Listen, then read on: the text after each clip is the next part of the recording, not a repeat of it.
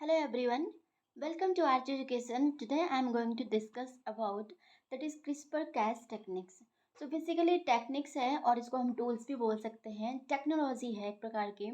सो यहाँ पे जो CRISPR-Cas टेक्निक है उसका क्या मतलब है, plus what are the benefits and why we are going to use these techniques and what is the basic mechanism of these techniques. Today these points are we are going to cover in this video.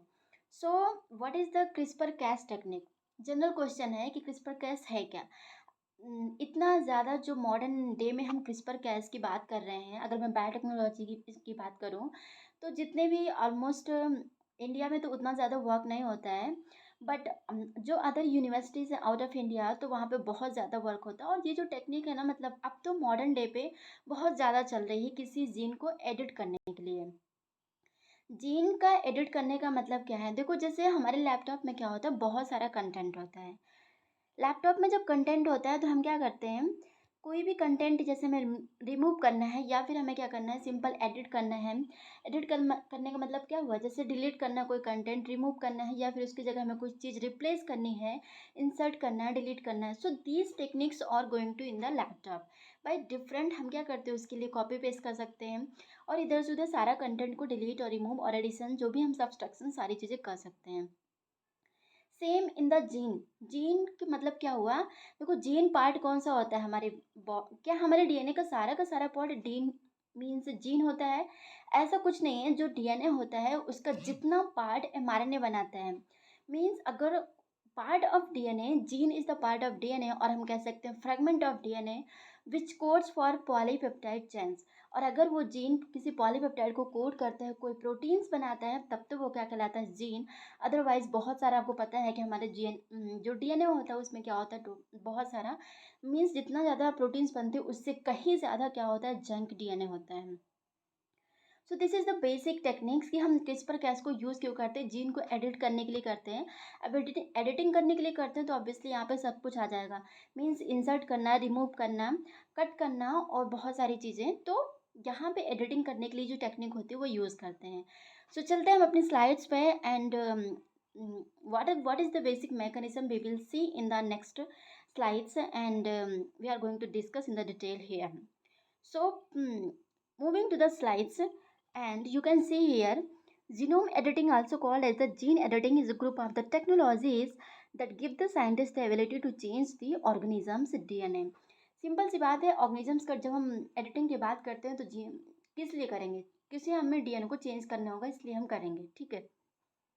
तो तो यहाँ पे क्या है, ability to change an organism's DNA.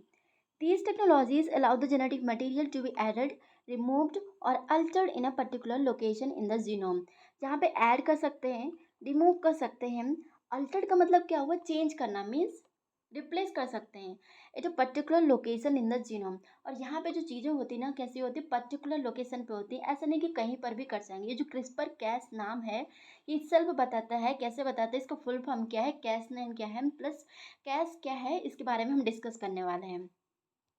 So, several approaches to genome editing have been developed. A well-known one is called as the CRISPR-Cas9, which is short, clustered, regularly interspaced, short palindromic repeats and CRISPR-associated protein 9.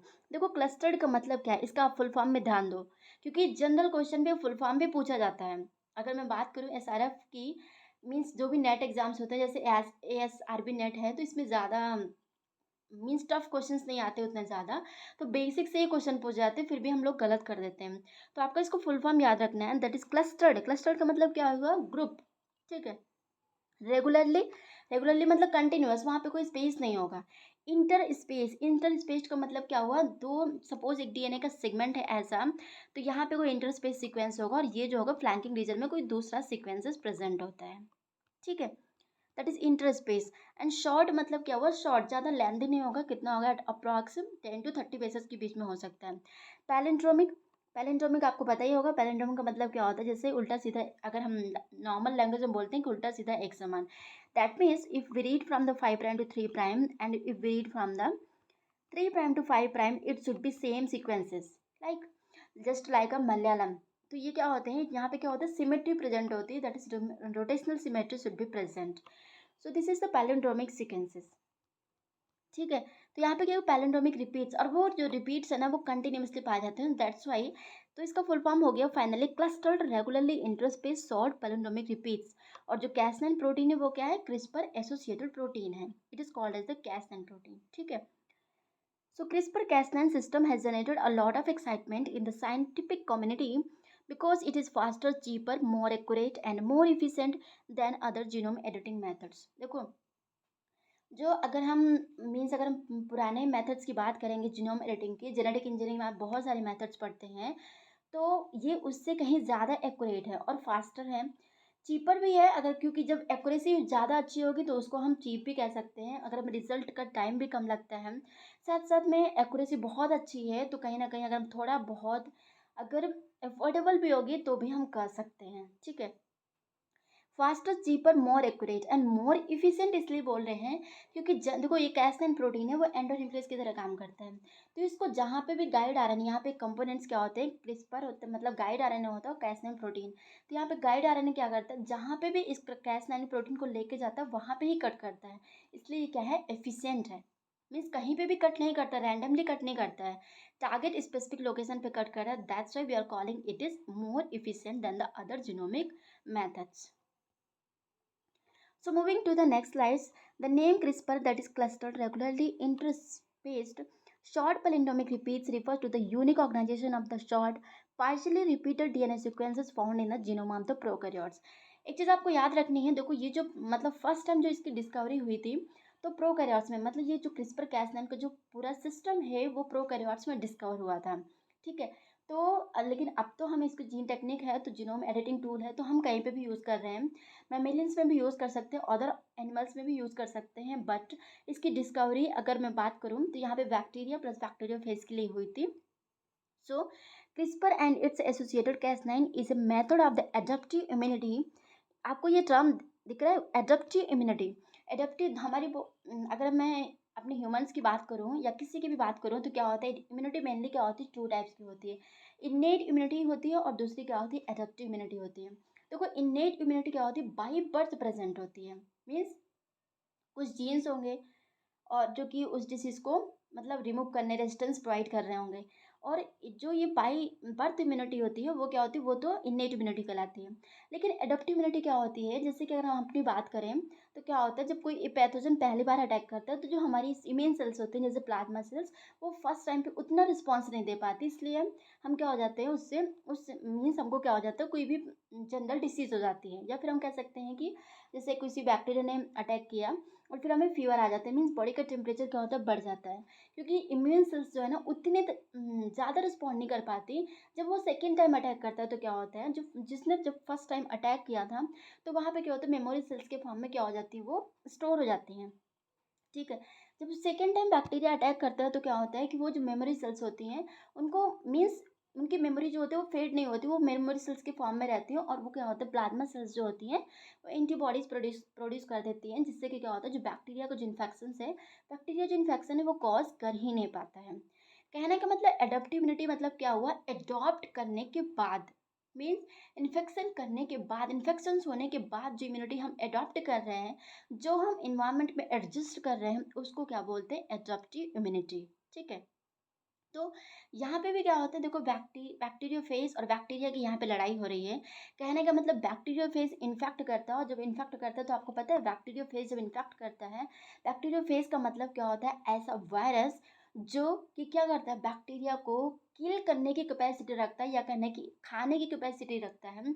और तो यहाँ पे इसको बोलते हैं bacteriophage, मतलब उसको infect करने की कैपेसिटी रखता है, तो उसको बोलते हैं बैक्टीरियोफेज। ऐसे ही यहाँ पे जब बैक्टीरियोफेज फर्स्ट टाइम अटैक करता है तो कुछ ऐसा होता है कि वो इन्फेक्ट तो कर देता है, लेकिन बैक्टीरिया कुछ ना कुछ पार्ट उसके पास, उसके जीनोम का कुछ ना कुछ पार्ट क्या करता है, अपने पास रख लेता है, एज अ मेमोरी सेल्स रख लेता है। उसके बाद जब दूसरी बार बैक्टीरियोफेज अटैक करता है तो उसको वो मतलब वो मेमोरी सेल्स वहाँ पे काम करती हैं। सो कैसे काम करती है मेमोरी सेल्स, अभी हम स्लाइड्स में देखने वाले हैं, what is the basic mechanism. So prokaryotes, यहाँ पे clustered regularly interspaced palindromic repeats and their associated protein is the most effective, most efficient, accurate method of the genome editing tools in the all living cells utilized in the many applied disciplines. ये जो process है वो तो आपको पता है bacteria और bacteriophage का है, बट आजकल मीन्स मॉडर्न जनरेशन में हम इसको कहीं भी यूज़ कर सकते हैं जीनोम एडिटिंग टूल्स के लिए, क्योंकि हमारे पास जेनेटिक इंजीनियरिंग है, ट्रांसफॉर्मेशन मेथड्स हैं, तो हम इसको कहीं से भी जीन को इधर से उधर ट्रांसफ़र करके हम कर सकते हैं। Cas9 protein is the first Cas protein used in the genome editing was extracted from the Streptococcus pyogenes। जो Cas9 प्रोटीन है वो जो एक्सट्रैक्ट किया गया था फर्स्ट टाइम, वो किया गया था एक बैक्टीरिया से, और इस बैक्टीरिया का नाम है that is Streptococcus pyogenes। So you have to remember this things. Cas9 protein कहाँ से एक्सट्रैक्ट किया गया था, तो ये बैक्टीरिया का नाम आपको याद रखना है, that is Streptococcus pyogenes। So moving to the next slides and historical point of view में आप देखेंगे वैसे तो क्रिस्पर की स्टडी जो है बहुत पुराने सालों से चल रही है, कहने का मतलब दो आप यहाँ पे clustered regularly interspaced short polynomic repeats were first discovered in the sequence of the DNA Escherichia coli bacteria described in 1987 by Isino et al. From Osaka University, that is Japan university. ठीक है, तो जो study start हुई थी means discovery हुई थी वो हुई थी 1987 में, बट आज क्या चल रहा है 2023। फाइनली जो नोबेल प्राइज आपको पता है, ये दो जो लीजेंड है they were that is women, both are women, and so they got the Nobel Prize in 2020। these are the both legend, that is Emanuela Carpentier and here Jennifer A Doudna। ठीक है, जिनको जो कि study कर रही थी development of A method of genome editing में, और इनको नोबेल प्राइज मिला था कब 2020 में, केमिस्ट्री में basically. So these are the two legends who have got the Nobel Prize in the 2020 in the chemistry discipline। So you have to remember both legends, क्योंकि ये क्वेश्चन भी कभी कभी पूछ लिया जाता है, क्योंकि अभी रिसेंटली वो ये नोबेल प्राइज़ मिला है, 2-3 साल ही हुए हैं, तो आपको ये याद करके रखना है। अब बात करते हैं हम मैकेनिज्म, मीन्स क्या क्या फेजेस होते हैं, कैसे कैसे बैक्टीरिया इन्फेक्ट करता है, और कैसे बैक्टीरिया फेज इन्फेक्ट करता है और कैसे बैक्टीरिया उसको डील करता है। So let's get started. General mechanism of the CRISPR works in the 3 distinct phases: adaptation, expression and maturation and interference. यहाँ पे 3 फेजेस होते हैं, that is adaptation, then next phase होती है expression and maturation, and third phase जो है वो क्या है, इंटरफेरेंस, उसको बोलते हैं हम टारगेटिंग। सो एडाप्टेशन फेज जैसा कि नाम से ही लग रहा है क्या करेगा, अडॉप्ट करेगा। अडॉप्ट करने का मतलब क्या कि मतलब अपने इन्वायरमेंट में वो क्या करेगा, एडजस्ट करेगा। सो adaptation in the first step is the process of developing developing a weapon against the foreign invading DNA, viral और प्लाज्मिक डीएनए। देखो यहाँ पे क्या होगा, क्योंकि अब बैक्टीरिया फेज ना फर्स्ट टाइम अटैक कर रहा है, फर्स्ट टाइम उसमें क्या कर रहा है, अटैक कर मतलब इन्फेक्ट करने जा रहा है, तो इसके पास जो बैक्टीरिया है ना, इसके पास कोई ऐसी मतलब इम्यूनिटी नहीं है, कि उसके पास कोई औजार नहीं है, तो वो क्या करेगा, यहाँ पे अपने वेपन्स को तैयार करने में टाइम लगा देता है, इसको बोलते हैं अडेप्टेशन फेज। फॉरेन डीएनए यहाँ पे कौन सा होगा, वायरल डीएनए होगा, या फिर क्या हो सकता है, प्लाज्मिक डीएनए हो सकता है। It involves the picking up a piece of invading DNA termed protospacer and integrating it between the 2 adjacent repeats in the CRISPR locus. देखो यहाँ पे क्या है, अगर कोई वायरस का डीएनए है, सपोज ये वायरस का क्या है डीएनए, यहाँ पे क्या है, ये कोई जीन है जिसको हम बोलते हैं प्रोटोस्पेशर। ठीक है, इसको बोलते हैं प्रोटोस्पेशर, और ये ना ये जो प्रोटोस्पेशर जीन है ये कट कर दिया जाता है किसके थ्रू, जो कैस प्रोटीन होता है, क्योंकि कैस प्रोटीन जो होते हैं किसकी तरह काम करते हैं, एंजाइम है, एंजाइम एंडोन्यूक्लियस एंजाइम की तरह काम करता है, तो ये क्या करता है, कट कर देता है इस प्रोटोस्पेसर को कट करने का, और ये प्रोटोस्पेसर क्या करता है, बैक्टीरिया अपने होस्ट में इसको रख लेता है, रखने का मतलब इंटीग्रेट हो जाता है ये, जो कि इंटीग्रेट हो जाता है, और इंटीग्रेशन होने के बाद जब second time bacteria phase attack करता है तब ये काम करता है। ठीक है, so basically the invading DNAs are directionally integrated CRISPR spacers into the CRISPR array that is separated by repeat sequences, thus creating a memory of invading genetic elements। ये जो प्रोटोस्पेसर होता है जस्ट लाइक अ मेमोरी का काम करता है, कहने का मतलब है ये जाके इंटीग्रेट हो जाता है किसमें, होस्ट डीएनए में। होस्ट डीएनए कौन सा हुआ, जिसमें इन्फेक्ट कर रहा है, जिसमें इन्फेक्ट कर रहा है मतलब बैक्टीरियोफेज किसको इन्फेक्ट कर रहा है, बैक्टीरिया को, तो बैक्टीरिया का जो जीनोम है ना, वहाँ पे जाके ये क्या करता है, इंटीग्रेट करता है। सपोज ये बैक्टीरिया का जीनोम है, तो यहाँ पे क्या करता है, ये इंटीग्रेट कर जाता है, मतलब ऐसे इंटीग्रेट। अब ये कब काम करेगा, जब दूसरी टाइम पे बैक्टीरिया फेज आएगा, तो यहाँ पे ये वर्क करता है। So this is the basically diagram I have taken from the that is reference book techniques की है, जो कि प्रणव कुमार जी की बुक है बायोफिजिक्स एंड मॉलिक्यूलर बायोलॉजी की। सो आप देख सकते हैं वहाँ पे ये डायग्राम बहुत अच्छे से दिया हुआ है और उन्होंने बहुत अच्छे से डिस्क्राइब किया हुआ है। वहाँ पे उन्होंने टाइप्स भी दे रखे हैं, कितने टाइप्स के कैसे प्रोटीन्स होते हैं और सारी प्रोसीजर दे रखी है। यहाँ पे हम डिस्कस करें, देखो यहाँ पे क्या होता है एक्चुअल में। सबसे पहले देखो यहाँ पे क्या हुआ, ये वायरस बैक्टीरियोफेज है, इसने क्या किया इन्फेक्शन के लिए, मतलब इसमें क्या हुआ अटैचमेंट हुआ। ये बैक्टीरियल सेल है आपकी, ठीक है, this is the bacterial cell basically. और फिर यहाँ पे इसने अटैक किया, अटैक करने के बाद इन्फेक्शन कॉज करा। और तो ये इन्फेक्शन कैसे कॉज करती है, जो होता है ना वायरस मीन्स बैक्टीरियोफेज क्या करता है, अपने जीनोम को क्या कर देता है, इंटीग्रेट कर दिया। इसने अपने जीनोम को इंटीग्रेट किया। अब ये जीनोम देखो, ये यहाँ पे लिखा है वायरल डबल स्टैंडर्ड डीएनए। तो ये क्या है, वायरस का डबल स्टैंडर्ड डीएनए है। और यहाँ पे जो सीक्वेंसेस प्रेजेंट है that is protospacer. You can see this is the protospacer sequences. इस प्रोटोस्पेसर को कट करेगा कौन, बैक्टीरिया की सेल्स, क्योंकि बैक्टीरिया में क्या प्रेजेंट है, Cas1 Cas2 कॉम्प्लेक्स प्रेजेंट है। तो ये एंडोन्यूक्लियस एंजाइम प्रेजेंट है, ये इसको कट करेंगे। कट करने के बाद ये प्रोटोस्पेसर आप देख रहे हो यहाँ पे अलग हो गया, ठीक है, सेपरेट हो गया। सेपरेट होने के बाद क्या होगा, ये जो प्रोटोस्पेसर है, ये देखो यहाँ पे होस्ट का डबल स्टैंडर्ड डीएनए है, इफ़ यू कैन सी। सो यहाँ पे होस्ट का डबल स्टैंडर्ड मतलब किसका, बैक्टीरिया का। और यहाँ पे आप देखो ये प्रोटोस्पेसर के ये क्या हो गया, इंटीग्रेशन हो गया। इंटीग्रेशन मतलब उससे जाके अटैच हो गया, उसके जीनोम में इंटीग्रेट हो गया, इंट्रोड्यूस हो गया, ठीक है, जाके फिट बैठ गया और वहाँ पे क्या कर रहा है, आराम से बैठ के रेस्ट कर रहा है। अब ये रेस्ट करने के बाद क्या होगा, जो जनरल बैक्टीरिया की जो प्रोसीजर्स होती है वो क्या होगा, डीएनए से क्या बनेगा, आरएनए बनेगा, आरएनए से क्या बनेगा, प्रोटीन बनेगी, प्रोटीन ही जाके लास्ट में जो भी कोड करती है।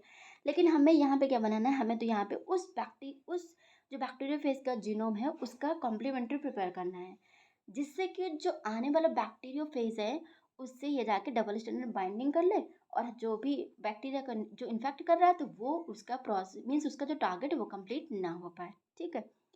तो यहाँ पे क्या करेंगे हम, सबसे पहले क्या होता है, देखो यहाँ पे क्या होता है, ट्रांसक्रिप्शन होता है, आप देख सकते हो। ट्रांसक्रिप्शन में क्या बनेगा, डीएनए से क्या बनता है, आरएनए बनेगा, that is called as the pre CR RNA, that is pre CRISPR RNA, ठीक है। So it is pre CRISPR RNA. उसके बाद क्या होती है, प्रोसेसिंग होती है। प्रोसेसिंग में क्या होता है, कैस कॉम्प्लेक्स मीन्स, फिर यहाँ पे देखो, यहाँ पे क्या होता है, फिर कैस कॉम्प्लेक्स जो होते हैं वो काम करते हैं। यहाँ पे देखो आपको बहुत सारे ये जनरेट्स कर दिए, मीन्स बहुत सारे फ्रेगमेंट्स जनरेट करती है। जब ये फ्रेगमेंट्स इतने सारे जनरेट हो जाएंगे तो अब तो बैक्टीरिया फेज कहीं का नहीं बचने वाला है, ठीक है। फिर ये कॉम्प्लेक्स बना लेता है, इस कॉम्प्लेक्स को बोलते हैं CRISPR RNA Cas RNP complex. RNP that is ribo nucleus proteins. ये कॉम्प्लेक्स बना लेता है। अब यहाँ पे देखो ये bacteria phase second time attack किया, यहाँ पे अच्छे से दिखाया नहीं, एक्चुअली यहाँ पे वायरस है। ये बैक्टीरिया फेज ने अपना जीनोम फिर से इंटीग्रेट किया, मीन्स सेकेंड टाइम इसने अटैक किया। और जब इसने अटैक किया तो यहाँ पे आप देखो इसका कॉम्प्लीमेंट्री जो दौड़ा दौड़ा आया, इसका कॉम्प्लीमेंट्री सीक्वेंस है, और यहाँ पे इसने डबल स्टैंडर्ड इसके साथ क्या किया, बाइंड कर लिया। अब जब इसने बाइंड कर लिया तो यहाँ पे इन्फेक्शन नहीं हो पाएगा। क्यों नहीं हो पाएगा, क्योंकि यहाँ पे कॉम्प्लीमेंट्री बेस पेयरिंग होगी, डबल स्टैंडर्ड आरएनए बन गया। जब डबल स्टैंडर्ड आरएनए जो प्रोटीन्स बनाने थे बैक्टीरिया फेज को होस्ट की मशीनरी यूज़ करके, वो बनेंगे ही नहीं। और जब वो प्रोटीन्स बनेंगी ही नहीं तो अल्टीमेटली वायरस की जो पैकेजिंग है वो हो ही नहीं पाएगी। जब वायरस की पैकेजिंग हो ही नहीं पाएगी तो आगे चीज़ें बढ़ेंगी नहीं, मीन्स इसको फ्रैगमेंट, इसको क्या करेंगे, इसके क्या कर देंगे, टुकड़े टुकड़े कर देंगे। और जब इसके टुकड़े टुकड़े कर देंगे तो आगे जो बैक्टीरिया फेज का जो टारगेट था वो कंप्लीट ही नहीं हो पाएगा, ठीक है। ये सारा प्रोसीजर हो गया। एक चीज़ आप यहाँ पे ध्यान दे लो, यहाँ पे क्या है, देखो ये जो फेज़ है वो क्या है, एडोप्टेशन फेज़ है, ठीक है। मीन्स इंटीग्रेशन होने तक क्या है, एडोप्टेशन फेज़। और जो सेकेंड फेज है वो क्या है, expression and maturation phase. Means ये आरएनए कॉम्प्लेक्स बनने तक क्या है, this is called maturation phase. और इसके बाद last phase is called as the interference phase. Interference मतलब इंटरफेयर करना, सिंपली किसी का काम बिगाड़ देना, उसको क्या बोलते हैं, इंटरफेयर कर देना। This is called as the interference phase, ठीक है। So moving to the next slide, and I hope कि ये प्रोसेस जो है आपको समझ में आई होगी। यहाँ पे वही जो मैंने अभी आपको एक्सप्लेन किया है, बस थोड़ा डिटेल में है तो मैं पॉइंट रीड कर देती हूँ।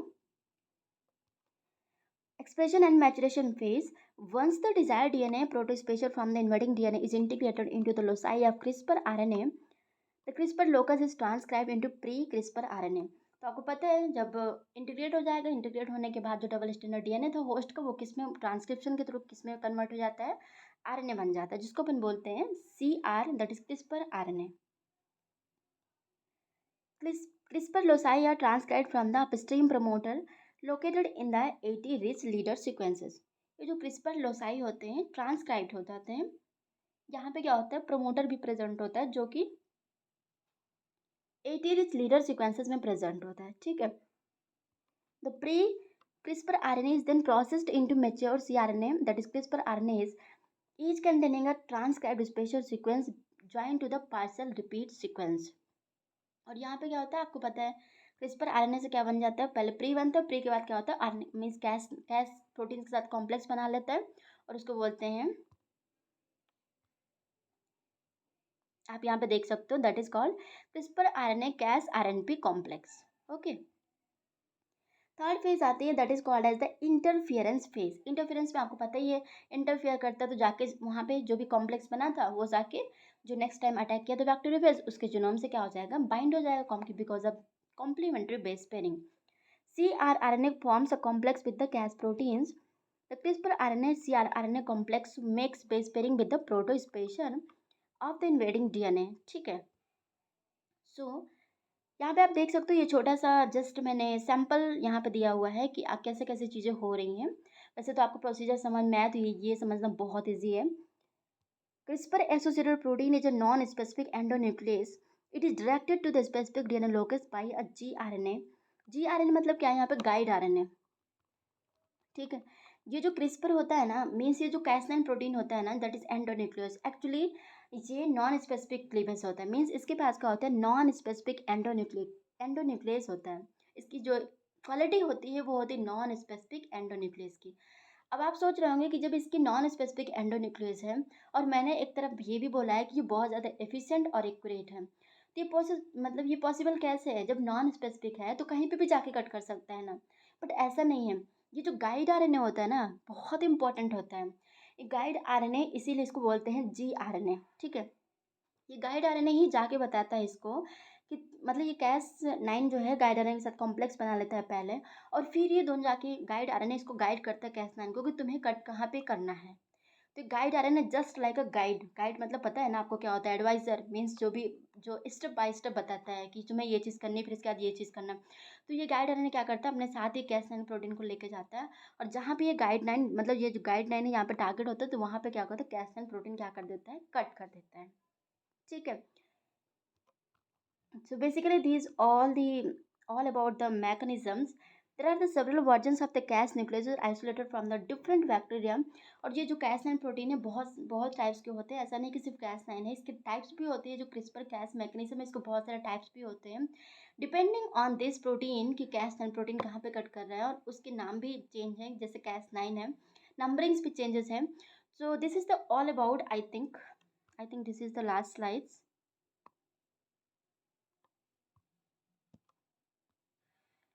सो Cas9, okay, one slide is more. So यहाँ पे क्या है, Cas9 is a large that is 113 means 1368 amino acid multi-domain DNA endonuclease responsible for the cleaving the target DNA form a double standard break and is called a genetic seizure। देखो ये जो Cas9 protein है इसको genetic seizures भी बोलते हैं। जैसे अगर मॉलिकुलर सीजर्स की बात करें तो कौन होता है, रिस्ट्रिक्शन एंडोन्यूक्लियस होते हैं। मॉलिकुलर जो सीजर होते हैं वो क्या होते हैं, रिस्ट्रिक्शन एंडोन्यूक्लियस होते हैं। लेकिन ये जो Cas9 प्रोटीन है, ये जो होती है वो क्या होती है, यहाँ पे कैस मीन्स क्रिस्पर कैस में जो भी प्रोटीन्स एंडोन्यूक्लियस से यूज होते हैं उनको हम बोलते हैं genetic scissors. What we call it, that is called genetic scissors. और ये इसकी जो लेंथ होती है, मीन्स आपको ये भी याद रख सकते हैं, जो लेंथ होती है वो अप्रॉक्स कितनी होती है, 13-16 अमाइनो एसिड्स की अप्रॉक्स होती है। The Cas9 protein remains inactive in the absence of the sgRNA। Yes, देखो जब क्या होता है, जब किसी भी जीन को कट नहीं करना होता है तो यहाँ पे गाइड आरएनए नहीं बनता है, और जब गाइड आरएनए होगा ही नहीं, ये जो Cas9 प्रोटीन है वो कैसी होती है, इनएक्टिव पड़ी होती है बैक्टीरिया के सेल्स में। ऐसा नहीं कि अपने आप से कहीं भी कट कर देगी। sgRNA मतलब क्या है, सिंगल गाइड आरएनए। सो Cas9 प्रोटीन मीन्स जब गाइड आरएनए बनेगा उसके बाद ही Cas9 प्रोटीन क्या होता है, गाइड आरएनए Cas9 प्रोटीन को जगाने का काम करता है, दैट इज एक्टिवेट करने का काम करता है। Cas9 nucleases makes the double standard break, और ये Cas9 न्यूक्लियेजेस जो होते हैं क्या करते हैं, डबल स्टैंडर्ड ब्रेक करते हैं। ये भी आपको ये कंफ्यूज नहीं होना है, डबल स्टैंडर्ड ब्रेक ही करते हैं, सिंगल स्टैंडर्ड ब्रेक नहीं करते हैं।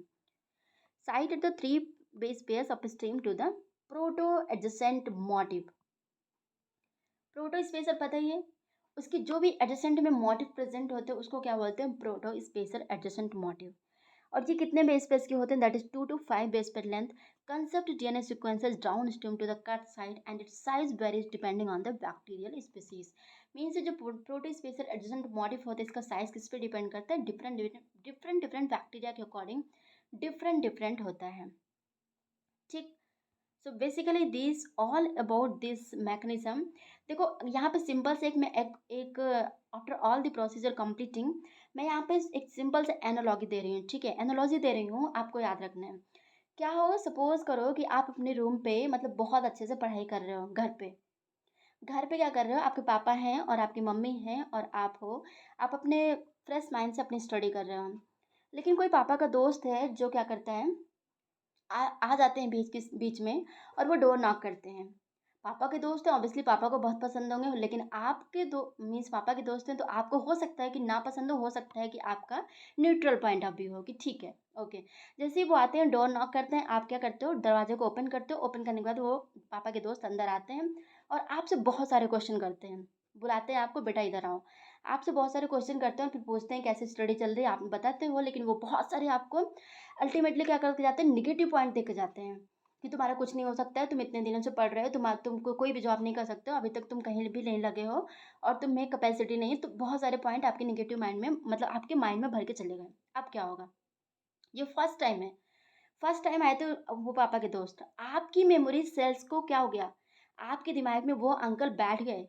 अब जब दोबारा वो अंकल आएंगे, मीन्स आपके पास वो सारे जो पॉइंट है अंकल के, नेगेटिव पॉइंट्स मेमोरी सेल्स के फॉर्म में फीड हो गई। ठीक है, अब जब वो दोबारा अंकल आएंगे और सपोज करो कि पापा भी नहीं है आपके घर में, मतलब आपको पता है कि आपके पापा नहीं है बट उनको नहीं पता है कि आपके पापा हैं कि नहीं, तो वो दोबारा अंकल आपका डोर नॉक करने के लिए आते, क्या होगा, आप क्या करोगे, जस्ट आप डोर नॉक करके आप थोड़ा सा डोर ओपन करोगे। ओपन करने में जैसे वो अंकल को देखोगे, आपका जो रिस्पॉन्स होगा वो ट्रिगरिंग रिस्पॉन्स होगा, मतलब डोर को फिर से क्लोज करोगे, टक, that is the response. Means bacteria के साथ भी ऐसा हुआ। बैक्टीरिया फिर फर्स्ट टाइम आया तो उसको पता ही नहीं था कि कौन आ रहा है, तो उसने क्या किया, थोड़ी थोड़ी चीज़ें रख लिया। अब बैक्टीरिया फेज तो इन्फेक्शन करने गया था, means negative point, just like your वो निगेटिव पॉइंट, वो जो अंकल के निगेटिव पॉइंट है उसकी तरह। अब क्या किया, बैक्टीरिया ने थोड़ा सा पार्ट रख लिया, रखने के बाद के जब दोबारा आया बैक्टीरिया फेज, तो क्या हो गया, उसने वो अपनी जो भी मेमोरी सेल्स थी उसको उसने वहाँ पे काम करना शुरू कर दिया। This is the all about this mechanism. So I hope ये वीडियो आपको समझ में आई होगी। और ये टेक्निक बहुत ही मॉडर्न टेक्निक है, बहुत ही यूजफुल टेक्निक है। इसको हम बोलते हैं synonyms of the genetic engineering technique. So I hope this video is helpful for you. So please hit like button, get subscribe my channel. Thank you so much guys. Thank you.